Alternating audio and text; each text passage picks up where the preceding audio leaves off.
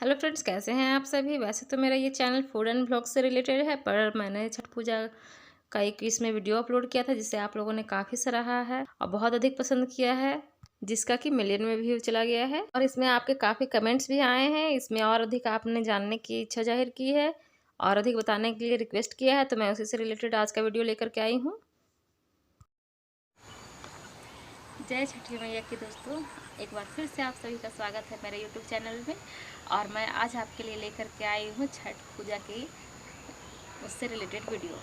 तो इस वीडियो में आप देखेंगे कि मैं आपको टोटल जो छठ पूजा में रस्में होती है मैं वो बताऊंगी आपको कि कैसे हम छठ पूजा करते हैं।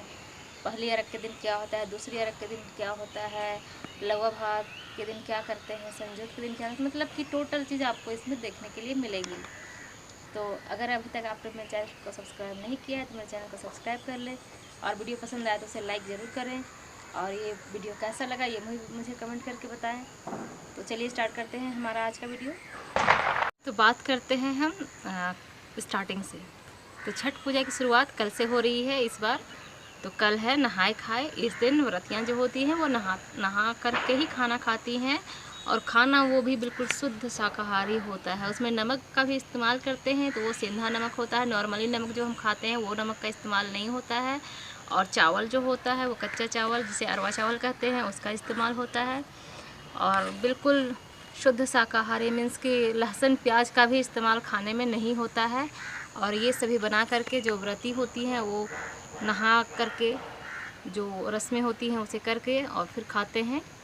तो इस दिन अगर आप घर में ही गेहूं के लिए आटा तैयार कर रहे हैं तो वो भी तैयार किया जाता है। नहा करके गेहूं का आटा को धो करके उसे सुखाया जाता है। उसमें जितनी भी गंदगियाँ रहती है, अशुद्धियाँ रहती है, उसे चून करके हटाया जाता है। और गेहूं सुखाने के टाइम में एक ख़ास बात ये है कि आपको सुखाने के टाइम वहीं पे रहना है, उसी को चुनना है, साफ़ करना है, आपको वहाँ से हटना नहीं है। क्योंकि इससे चिड़ियाँ जो होती है ना जूठा कर देती हैं गेहूँ, तो वो जूठा गेहूँ या फिर छठ पूजा में किसी भी चीज़ का जो जूठा हो गया उसका इस्तेमाल नहीं होता है। तो इस बात का खास ध्यान रखा जाता है कि कोई भी चीज़ हम चढ़ाएँ वो जूठा नहीं हो, गेहूँ भी जूठा नहीं हो। तो गेहूँ को बैठ करके सुखाया जाता है। और सुखाने के टाइम में अगर अधिक महिलाएँ रहती हैं जो छठ करती हैं तो उस समय गाना जो छठी माँ का गीत रहता है वो भी गाती हैं। अब पूरी विधि विधान से गेहूँ को भी सुखाया जाता है और सुखाने के बाद में फिर उसे पिसाया जाता है। तो जो नॉर्मली हम आटा तैयार करते हैं उससे थोड़ा मोटा रहता है जो ठेकुआ बनता है वो। अभी तो छठ का समय आ रहा है तो आप किसी भी गेहूँ पिसाने की जगह चक्की में ले जाएंगे तो वो आपको ऑटोमेटिक बोलेंगे कि हमको छठ के लिए चाहिए, तो वो थोड़ा मोटा से पीस देगा और उसी से फिर ठेकुआ का प्रसाद बनता है। वैसे तो दोस्तों कहा जाता है कि जितनी शक्ति उतनी भक्ति। आपकी जितनी क्षमता है आप उसी हिसाब से अपनी भक्ति करें। कि दोस्तों छठ पूजा से रिलेटेड जो ज़रूरी नियम होते हैं मैं वो आपके साथ शेयर कर रही हूँ, लेकिन जगह के हिसाब से नियम भी चेंज होते रहते हैं। और आज के दिन से ही ब्रश, कोलगेट, साबुन ये सब का इस्तेमाल बिल्कुल बंद हो जाता है और जो व्रती होती हैं वो ज़मीन में ही सोना प्रारंभ कर देती हैं। ब्रश के जगह पे आम के दतवन का इस्तेमाल किया जाता है और नहाने के लिए सिर्फ पानी का इस्तेमाल किया जाता है, साबुन बिल्कुल यूज़ नहीं किया जाता। तो बात कर रहे थे हम फर्स्ट दिन के, इसे कद्दू भात भी कहीं कहीं कहा जाता है। आपके यहाँ क्या कहा जाता है? तो उस दिन जो व्रती होती हैं वो नहाती हैं और उसके बाद पूजा पाठ करती हैं। उसके बाद में घर में लौकी का सब्जी जो कद्दू होता है उसकी सब्जी बनती है चना दाल वगैरह डाल करके, और उसी को खा करके फिर उपवास किया जाता है। और ये सब करते करते मीन्स कि सुबह से सारे काम करते करते लगभग 2 बजे 1 बजे के बाद में ही खाना खाया जाता है। तो ये काफ़ी दिक्कत वाली होती है, लेकिन फिर भी जो व्रती होती है वो आसानी से कर लेती हैं।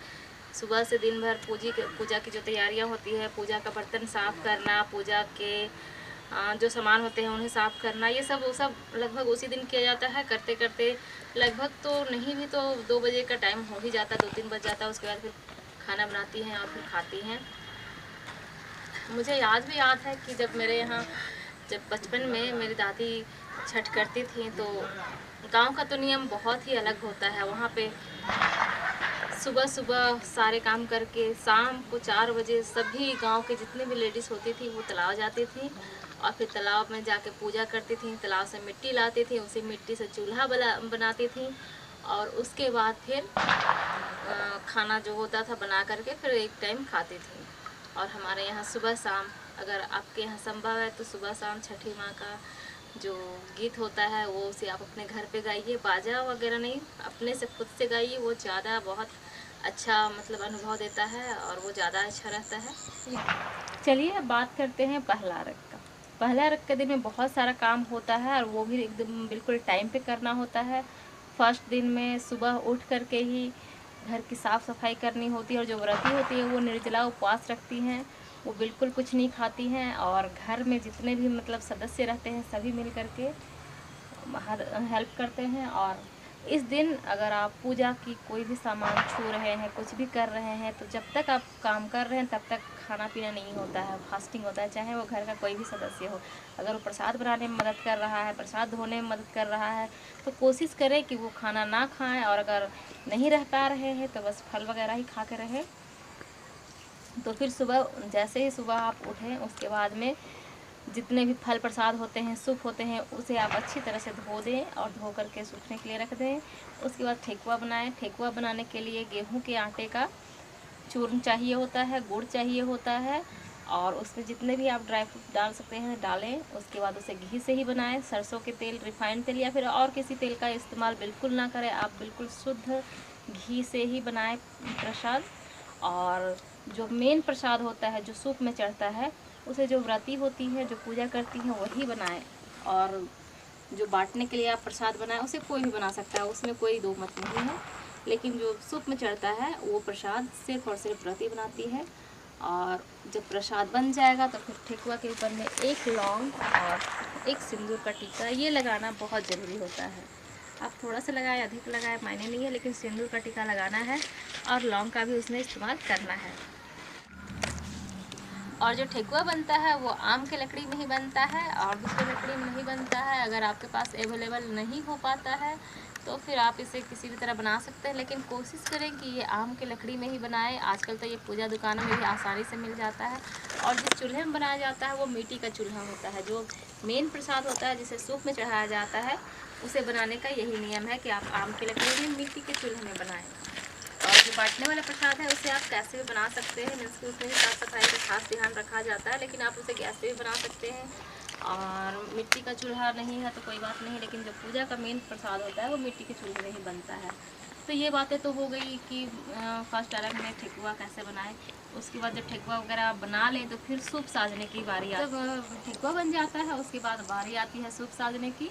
तो उस टाइम में, सूप साजने के टाइम में, पूजा की जितनी भी सामग्री होती है सभी एक एक सूप में चढ़ाया जाता है। जैसे कि उसमें हल्दी रहता है पत्ते वाला, अदरक पत्ते वाला रहता है, मूली रहता है। उसके बाद में उसमें फल रहते हैं, सीजनल फल जो होते हैं, बैर, मटर, गाजर, जितने भी फल आपको अवेलेबल हो। अभी तो पूजा का समय है तो वो आपको बाज़ार में आसानी से मिल जाएगा। आप किसी भी पूजा के दुकान में जाएंगे, फल के दुकान में जाएंगे या फिर मार्केट में जाएंगे तो सभी चीज़ें एक जगह आपको अवेलेबल हो जाएंगी। वो सभी चीज़ें थोड़ा थोड़ा करके चढ़ाना है। फिर उसमें आलता लगता है, आलता भी चढ़ाया जाता है। जो वो पैर में लगाने वाला आलता नहीं, एक आलता आता है गोल गोल रेड कलर का रहता है, वो छोटा सा कागज़ टाइप का रहता है। उसे पूजा के बाद में दीवार में चिपकाया जाता है घर के पूजा स्थान पे या फिर मेन गेट पे। तो ये सभी चीज़ें आपको सूप में चढ़ानी होती हैं। और उसके साथ ही ठेकुआ चढ़ाया जाता है, लौंग, इलायची, सुपारी, ये सभी चीज़ें चढ़ाई जाती हैं। और गोटा नारियल रहता है। पर सूप में 2 गोटा नारियल चढ़ाया जाता है। अगर आप सूप चढ़ा रहे हैं तो उसमें आपको 2 गोटा नारियल देना है। और नारियल को भी अच्छे से उसमें नारियल में अर्पण, सिंदूर, ये सब का टीका लगाया जाता है। सूप में भी अर्पण, सिंदूर का टीका लगाया जाता है। तो ये सब चीज़ों को बात का खास ध्यान रखा जाता है। ये तो हो गया सूप साजने का, कैसे साजा जाता है।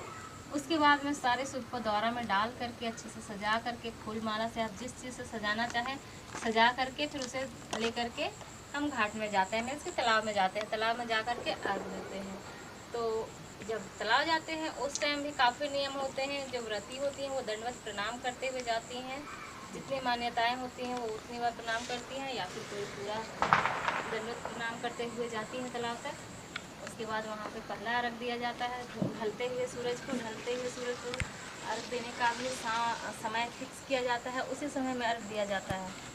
तो अर्घ देने के लिए दूध और पानी का इस्तेमाल होता है। महिला हो या पुरुष हो वो पीला कपड़ा पहन के ही अर्घ देते हैं। और अगर आपके पास पीला वस्त्र अवेलेबल नहीं हो तो फिर आप लाल रंग का इस्तेमाल कर सकते हैं। लेकिन इस पूजा में कोशिश करें कि काले रंग का इस्तेमाल आप कहीं पे भी ना करें। काला रंग का इस्तेमाल इस पूजा में बिल्कुल नहीं होता है। और उसके बाद फिर अर्घ दिया जाता है। अर्घ देने के बाद में अगर आपके पास पंडित जी अवेलेबल हों जो कि पूजा करा सकते हो तो फिर घाट में ही पूजा भी की जाती है और कथा भी सुनी जाती है, छठ मैया की कथा। तो अगर आप कथा सुनना चाहते हैं तो फिर आप मुझे कमेंट करके बताइएगा, मैं अगले वीडियो में इसके ऊपर भी एक वीडियो बना दूंगी। तो फिर कथा सुनने के बाद फिर शाम को फिर अर्घ दे करके सभी अपने अपने घर को लौट के आते हैं। फिर घर में आकर के कोसी भी भरा जाता है। ये भी पूजा का बहुत ही इम्पोर्टेंट नियम है। इसमें घर में आकर के एक हल्दी से चौका पूरा जाता है। उसमें एक कलसा होता है जिसमें कि 4-5 दिए लगे होते हैं। उसमें रख करके फिर एक गमछा में कुछ प्रसाद, ठेकुआ, पूड़ी वगैरह जो होता है उसको गमछे में बांध करके फिर जो गन्ने का पेड़ होता है उसमें बांधा जाता है।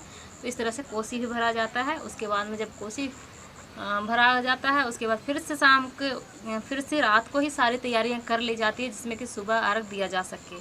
तो सुबह के अर्घ में फिर से जितने भी सारे होते हैं चीज़ें सूप में, फल, आपका फूल, नारियल, जो भी चीज़ें चढ़ाई हुई रहती हैं सबको चेंज करना पड़ता है। और अगर संभव रहता है तो फिर सूप भी चेंज किया जाता है। अगर किसी के पास एक्स्ट्रा सूप हो तो चेंज कर सकते हैं और नहीं हो तो उसी सूप में अलग से फल, मीन्स फल सारा चेंज हो जाएगा। नारियल नया रखें, अदरक, उसके बाद में फिर उसमें फल नया रखें, हल्दी नया रखें, मीन्स कि जो जो चीज़ें चढ़ती हैं सब नया रखा जाता है। उसके बाद सुबह के अर्घ में भी देने के टाइम में व्रती जाती हैं छठ तालाब, उसमें पानी में घंटों सूर्य भगवान की आराधना करती हैं। उसके बाद में फिर दूसरा अर्घ दिया जाता है। ये उगते हुए सूरज का अर्घ होता है। उगते हुए सूरज को अर्घ दिया जाता है और ये समय भी फिक्स रहता है। आपको एक दिन पहले ही पेपर में या फिर छठ घाट में इसकी जानकारी दे दी जाती है कि कितने बजे पहला अर्घ देना है, कितने बजे दूसरा अर्घ देना है। उसी हिसाब से अर्घ दिया जाता है। जब व्रती अर्घ देने जाती हैं तो वो पीला कपड़ा पहनती है और वो भी बिल्कुल नया कपड़ा पहनती हैं। इस्तेमाल किया हुआ कपड़ा नहीं रहता है। दोनों दिन नया कपड़ा ही पहनना रहता है। आप चाहे महंगा पहने, सस्ता पहने, उससे कोई फ़र्क नहीं पड़ता, लेकिन नया कपड़ा रहता है वो भी पीले रंग का रहता है। तो ये पहन करके फिर अर्घ दिया जाता है, दूसरा अर्घ देने के बाद में फिर से कथा सुनी जाती है, पूजा की जाती है और फिर जो प्रसाद रहता है वो प्रसाद सभी में बांटा जाता है, हवन किया जाता है। मीन्स की टोटल जो पूजा की विधि होती है वो किया जाता है। तो फ्रेंड्स आज के लिए बस इतना ही। तो फ्रेंड्स आपको आज का मेरा ये वीडियो कैसा लगा ये मुझे कमेंट करके ज़रूर बताइएगा। उम्मीद करती हूँ कि मेरा ये वीडियो आप लोग के लिए बहुत ही यूज़फुल साबित होगा। तो फिर मिलते हैं एक नए वीडियो में। तब तक के लिए अपना ध्यान रखें। जय छठी मैया की।